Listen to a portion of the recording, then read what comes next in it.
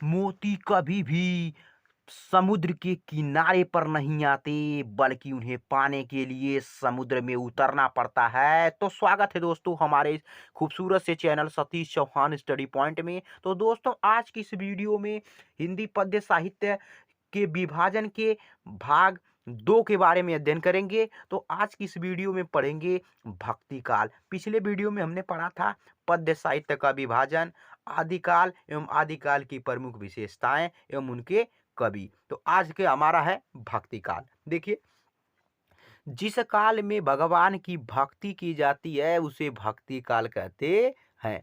भक्ति काल को 2 भागों में बांटा गया है, निर्गुण भक्ति काव्यधारा और सगुण भक्ति काव्यधारा। निर्गुण, जिस काव्यधारा में निराकार ब्रह्मा की आराधना की जाती है उसे निर्गुण भक्ति काव्यधारा कहते हैं। इसके 2 भाग हैं, ज्ञान मार्गी और प्रेम मार्गी। ज्ञान मार्गी ऐसी काव्यधारा जिसमें ज्ञान की बातें बताई जाती है उसे ज्ञान मार्गी शाखा कहते हैं। दूसरा प्रेम मार्गी, ऐसी शाखा जिसमें प्रेम की बातें बताई जाती है उन्हें प्रेम मार्गी शाखा कहते हैं।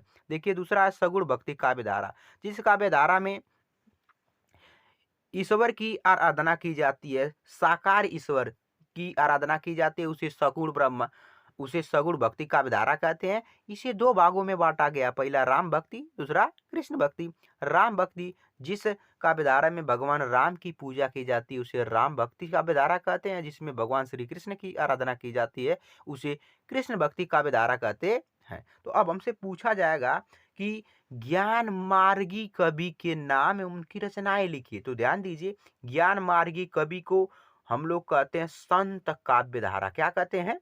संत काव्यधारा। ज्ञान मार्गी शाखा के प्रमुख कवि, उनकी रचनाएं हैं। कबीर की रचना है साखी शबद रमैनी, नानक का गुरु ग्रंथ साहिब, दादू की हरडेवानी, मलुकदास का ज्ञान बोध, रैदास या रविदास की रचना लोकवाणी, सुंदरदास की रचना का नाम है सुंदर विलास। आइए आगे देखते हैं।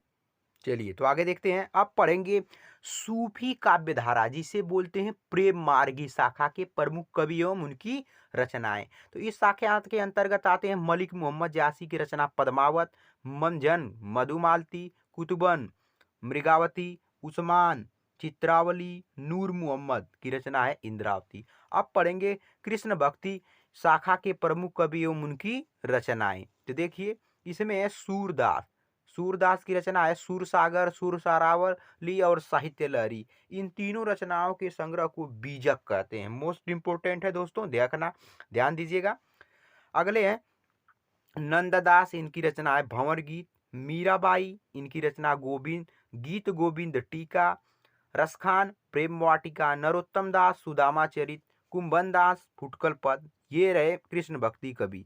आगे देखते हैं राम भक्ति शाखा के प्रमुख कवि एवं उनकी रचनाएं। तो देखिए, इसके अंतर्गत आते हैं तुलसीदास, इनकी रचना श्री रामचरितमानस। ये भारत का सबसे बहुत बड़ा महाकाव्य है, बहुत ही मोस्ट इंपोर्टेंट है। ठीक है दोस्तों। नाभादास की रचना है अष्टयाम। केशवदास की रचना है रामचंद्रिका। नरहरिदास की रचना पौरुषेय रामायण। और अगले हैं अग्रदास की रचना राम भजन मंजरी। अब देखेंगे मोस्ट इंपोर्टेंट अष्टछाप के कवि। हमसे पेपर में पूछा जाता है कि अष्टछाप के प्रमुख कवि कौन कौन हैं, या निम्न में से कौन अष्टछाप के कवि हैं या नहीं है। तो दोस्तों देखिए, अष्टछाप के प्रमुख कवि पहले हैं सूरदास, कृष्णदास, कुंभन दास, नंददास, चतुर्भुज दास, परमानंद दास, चित स्वामी और गोविंद स्वामी। ये हैं हमारे अष्टछाप के प्रमुख कवि। आइए आगे। अब हमसे पूछा जाता है कि निर्गुण भक्ति काव्यधारा की प्रमुख विशेषताएं बताइए। ठीक है, तो देखिए, इसकी प्रमुख विशेषताएं निम्नलिखित हैं। निराकार ब्रह्मा की उपासना, ऊंच नीच जाति पाति का विरोध, पाखंड एवं बाह्य आचारों की आलोचना, प्रेम भावना तथा परमात्मा की प्राप्ति, हिंदू संस्कृति का चित्रण। और अब क्या पूछा जाएगा, सबसे मोस्ट इंपोर्टेंट, सगुण भक्ति काव्यधारा की विशेषताएं बताइए या प्रवृत्तियां बताइए। तो देखिए, ये क्या होता है, इसकी भी मुख्य विशेषताएं निम्नवत हैं। पहला है सामाजिक कल्याण की भावना, वात्सल्य एवं श्रृंगार रस की प्रधानता, प्रकृति का उद्दीपन रूप में वर्णन, सखा भाव की भक्ति भावना, समन्वयकारी भावना। तो दोस्तों ये रहा मोस्ट इम्पोर्टेंट पद्य का विस्तार पार्ट 2। ठीक है दोस्तों, वीडियो पसंद आए तो लाइक शेयर और कमेंट करिए। मिलते हैं नेक्स्ट वीडियो में, तब तक के लिए थैंक्स फॉर वॉचिंग।